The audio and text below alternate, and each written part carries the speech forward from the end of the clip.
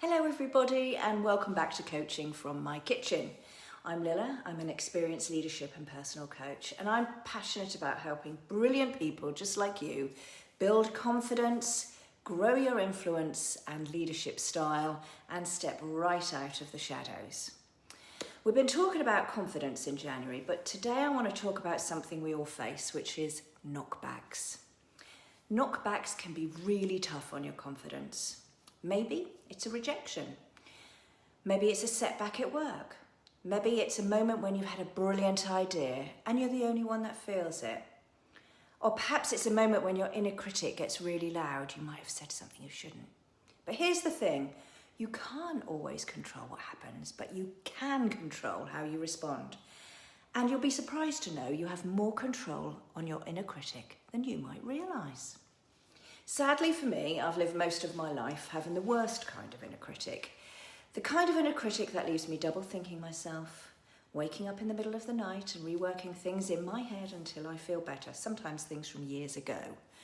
And it's only in the last few years that I've been able to retrain my brain to have a much more positive narrative.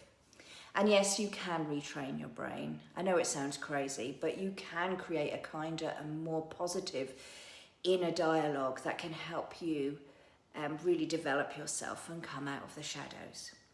So to get you started, here are some steps to bounce back from knockbacks. They can help you begin to retrain yourself from the inside out and really shift your mindset. So firstly, feel it, acknowledge it, but do not let it define you. Take time to acknowledge how you feel, whether it's frustration, disappointment, self-doubt, name it. Call it out for what it is. These emotions are really valid. But remember this, moment does not define who you are or what you are capable of. And think about reframing your thoughts. When your inner critic says, I failed, or I'm not good enough, you're useless, try asking yourself, is there another way to look at this? For example, instead of I failed, reframe it. Just say I learned something really valuable for next time here. I'm a new leader. I'm not going to get this right from day one. And instead of I'm not good enough, try I'm growing. This is all part of the process.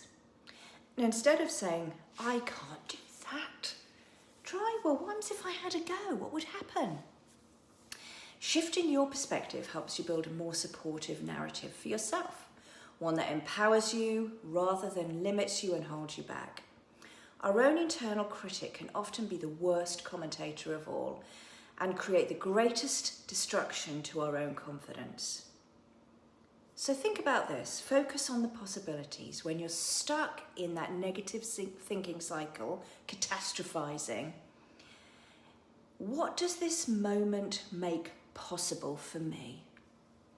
What can I learn from this experience, and how can I use it to grow stronger and wiser? Having a more positive outlook does not mean ignoring challenges. It means recognize them for what they are, but also seeing the opportunities and doing something about it. Confidence grows when you take small steps forward.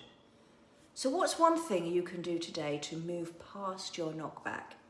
It could be reaching out for support, going for lunch, going for a coffee, going for a drink, or just simply practicing self-care. Remember, confidence is never about failing. It's about building the strength to rise and rise again. Now, here's some things to reflect on, some coachy things. How do you talk to yourself after a setback? What's the one negative thought you can reframe into something more empowering? And often it's because we care so much about what we do. So what about trying to care just a little bit less and stop being so hard on yourself? Somebody said to me this week, remember, you're the CEO of your own life. Be a good leader of yourself. Treat yourself how you would treat your staff and your people, and treat yourself how you deserve to be treated. I'd love to hear your thoughts. Please share your reflections in your comments below. Send me a message, let me know how you're getting on. I'd love to know how this resonates with you. If you'd like to learn how coaching could help you, then please do give me a ring, 07962 101 879. Email me, lilla@lillaplebon.com, or take a look at my website. It's free. I love to chat. Thank you for watching, and I'll see you next time. Until then, trust yourself, reframe those tough moments, and take those small steps. You have got this. Thank you.